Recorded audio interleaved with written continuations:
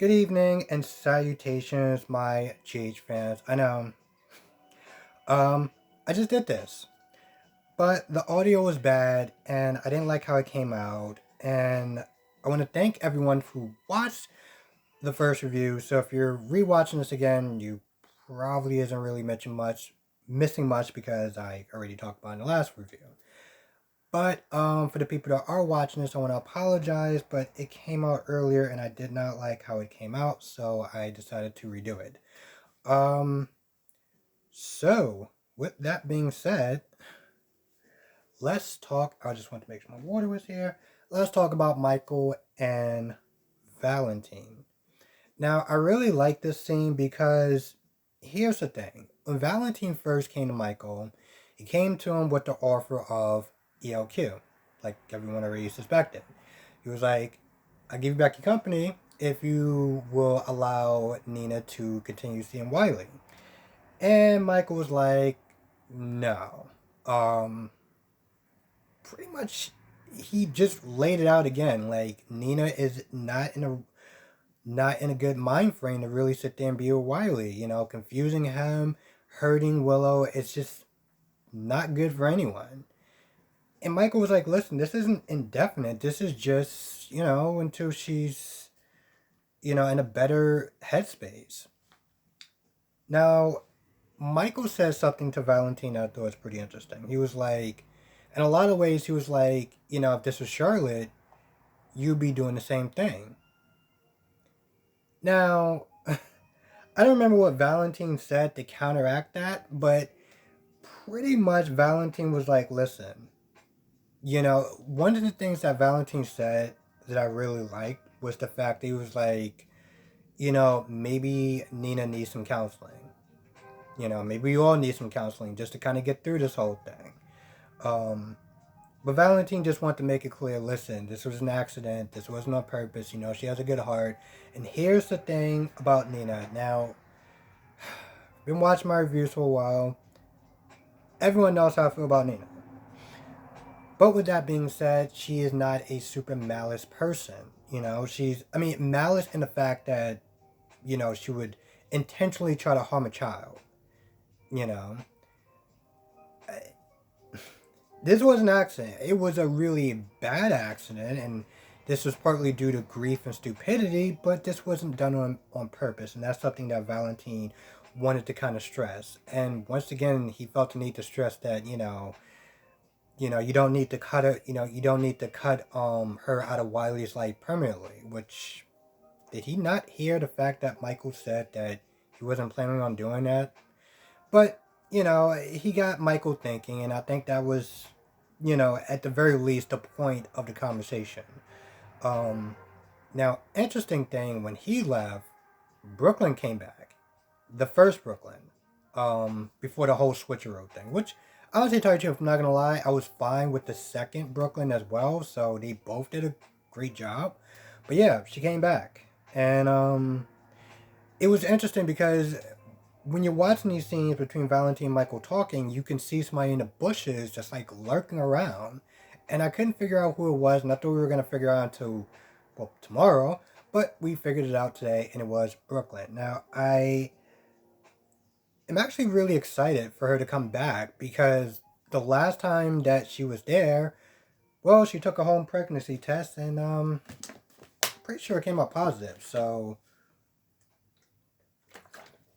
I know Valentine's trying to do this whole thing where he's trying to get back Nina and everything like that. But yeah, his job just became a lot harder.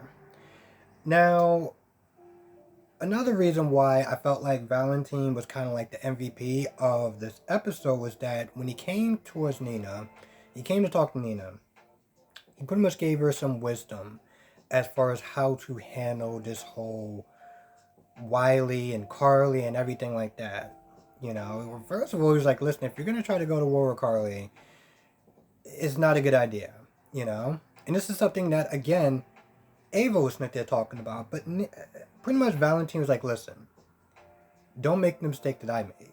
And he pretty much refers to himself as far as, I didn't give you enough time to have you come to me and just, time to cool off and kind of regroup. I kind of rushed the process, and you don't want to do that with Michael and Wiley the same way that I made the mistake with you.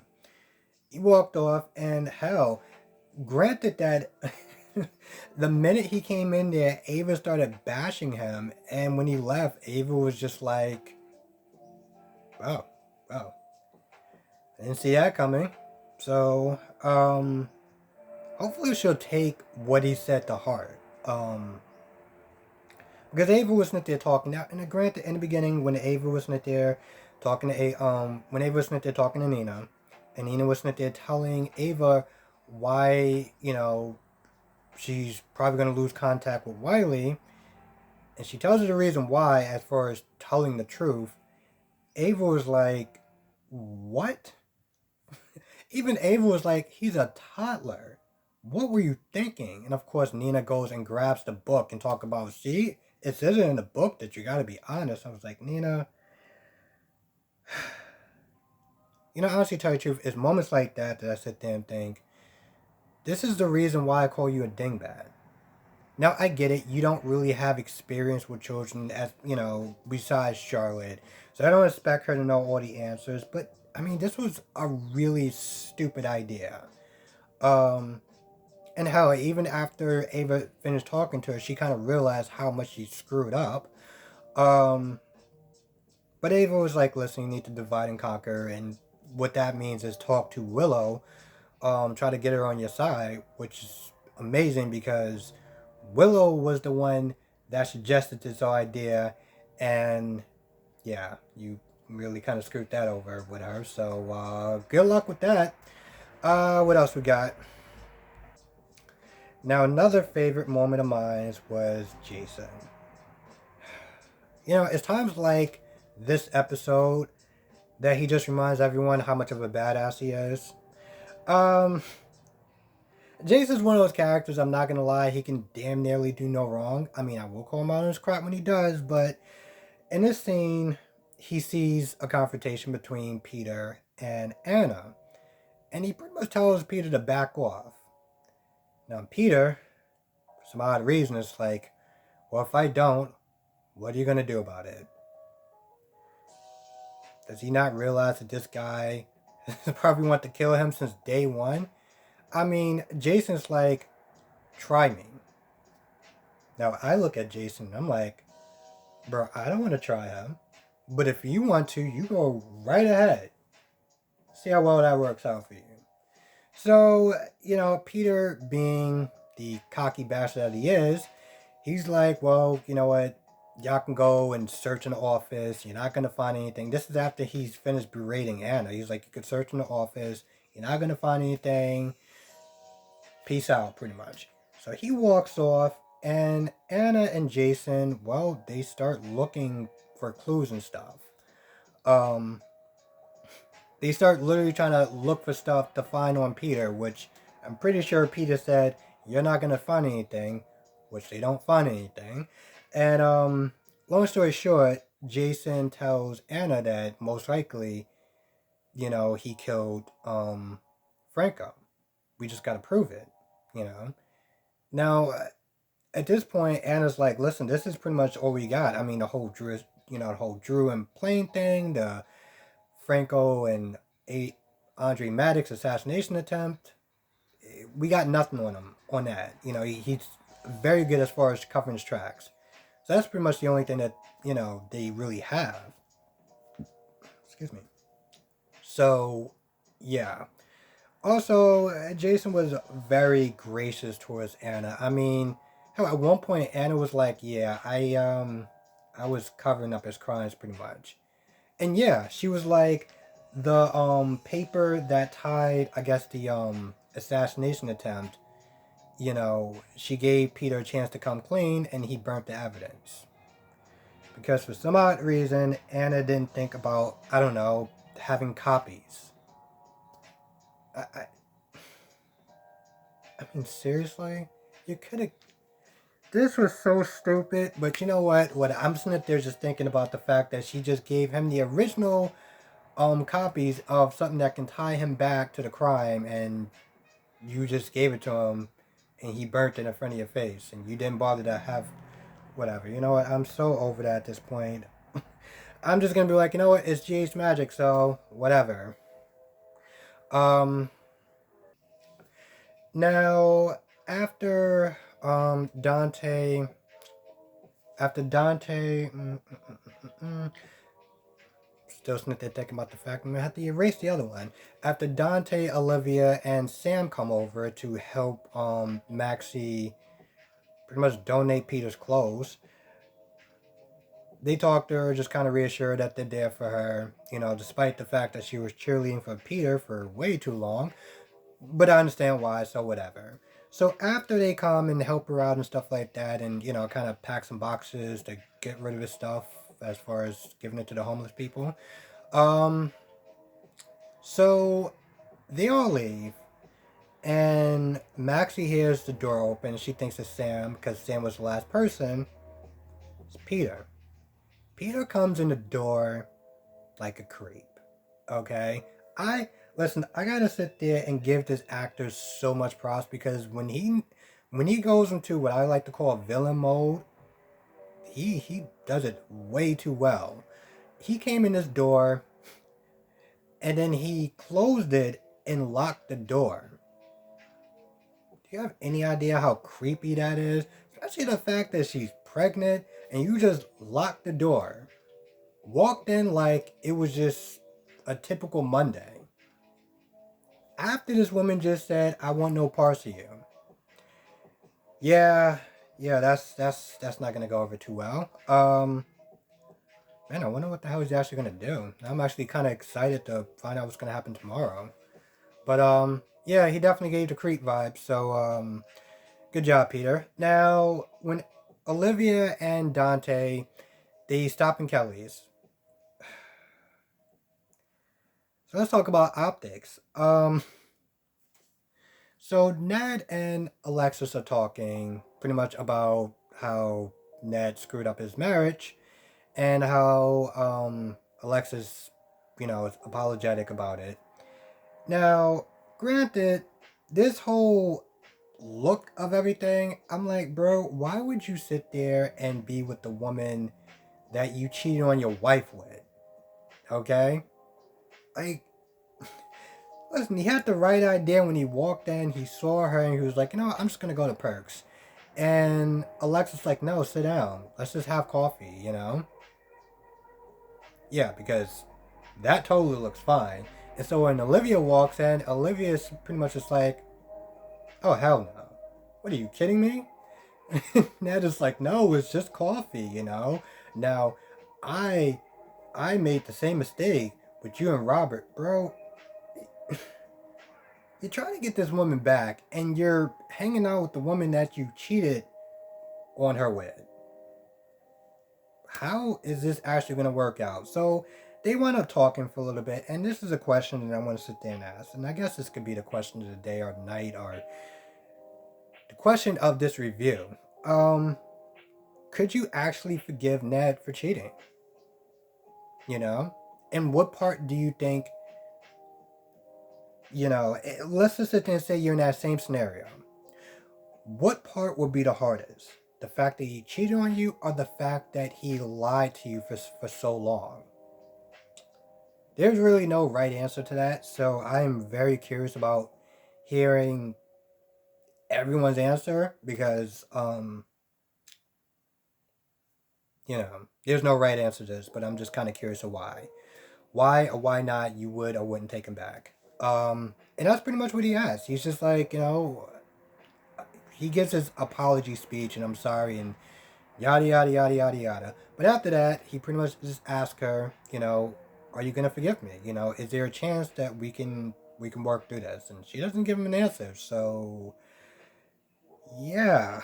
Now this should be kind of interesting because Brooklyn is back, and I'm pretty sure Brooklyn at some point is probably gonna be sitting there batting for her father.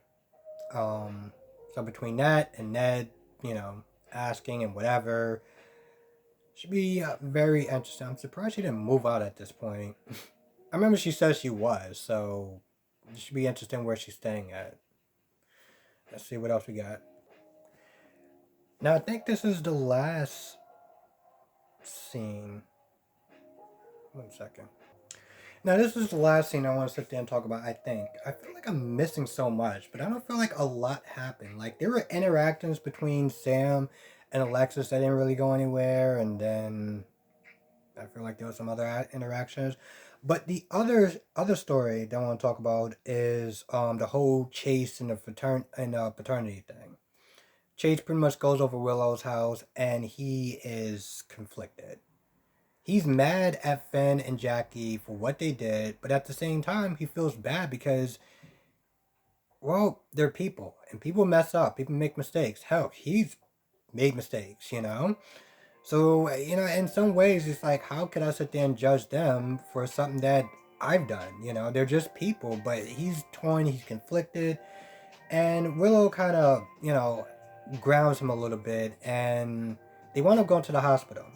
Now, everyone's at the hospital: Gregory, Jackie, Finn. And Finn, um, and this is so much of a jacked up situation because, you know, Chase isn't like, a kid. He's not a teenager. He's a grown ass man. So I'm just like, how? And the fact that it's like you don't know if your brother's your brother or if he's your dad, like, I feel like this is a bad episode of Murray. Anyway, everyone gathers up for the test, and Finn tells everyone that he is the father, and I cannot believe I'm saying this because, again, this sounds like Murray. But yeah, he tells everyone that he is the father, and Gregory's so heartbroken that he's not even looking at Chase at this point. He just turns his head because, well, he's just pretty much broken at this point. Chase is furious with Finn, and he's like, I don't give a damn what the test says. I'm not acknowledging you as my father. And he walks off. This whole thing is a giant mess. And Jackie asked a question about, the Gregory, as far as like, if I would have told you 30 years or something like that, years ago, would have mattered. At this point, Gregory's like, I don't even know how to respond to that. I mean, I don't remember what he said, but like, I guess I was just like, I would sit there and say would it have mattered, but it would have mattered. It really would have mattered because Chase is mad at Finn for leaving, putting his dad through all that heartbreak. Um, Obviously mad at Jackie, but besides Chase, the other casualty in this whole thing is Gregory. I mean, hell, he finds out that he's been cheated on by Jackie. You know what I'm saying? His wife has cheated on him. That's messed up.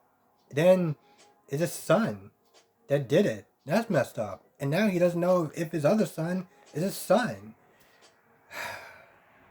Listen, I know I'm supposed to feel bad for Chase, and I do, but I feel worse for Gregory in this whole mess. So yeah, shame on Finn and shame on Jackie.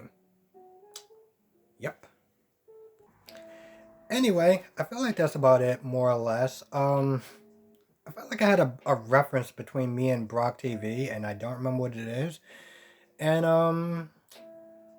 I don't really know if it was that important now that I think about it. That's what I did. Yes. Okay. So this was something that Ava said to Michael. I mean, this is something that Ava said to Nina as far as, you know, the best way, like you're going about this whole thing wrong. And, every time she try to come at it, Carly shut it down. And Carly, Michael pretty much listens to any and everything nearly that Carly says. And the reason why that came to me, because I was not there thinking about a review that I was watching of Brock TV before I started doing this. Pretty much Brock TV was like, this is one of the problems with Michael is that he doesn't really make up his own, like, he says something along the lines of he always has a lot of these women that are always kind of directing his life. You look at the whole custody battle and everything like that. Pretty much between Sasha and Willow and Carly were kind of spearheading, this whole campaign of saving Wiley. Not to saying he wasn't doing his part, but like, when it comes towards decisions, it's like he doesn't really kind of decide himself. It's more like, well, Carly or most of the women in his life kind of dictate that to some extent. To some extent, I understand where Brock TV is coming from, and it dawned on me when Ava was sitting there talking about Carly and Michael and how Michael pretty much listens to everything that Carly says. Um, so I thought that was pretty interesting. I feel like it was probably more to that, but I just can't remember it. Anyway, with that being said, I want to thank you for watching this. I know this came out super late, but I did not like the way that the other review came out. And, I'd rather take a hit on some of the views because I'm going to erase this other one than to just put out a video knowing that the audio isn't exactly the best. Anyway, with that being said, I'm going to go. Thank you for watching. Be safe. Let me know what your thoughts are in the comment section below. And by the way, and that's another thing I want to sit there and say. Anyway, I want to thank everyone for watching these reviews. Because here's the thing. When I do these reviews,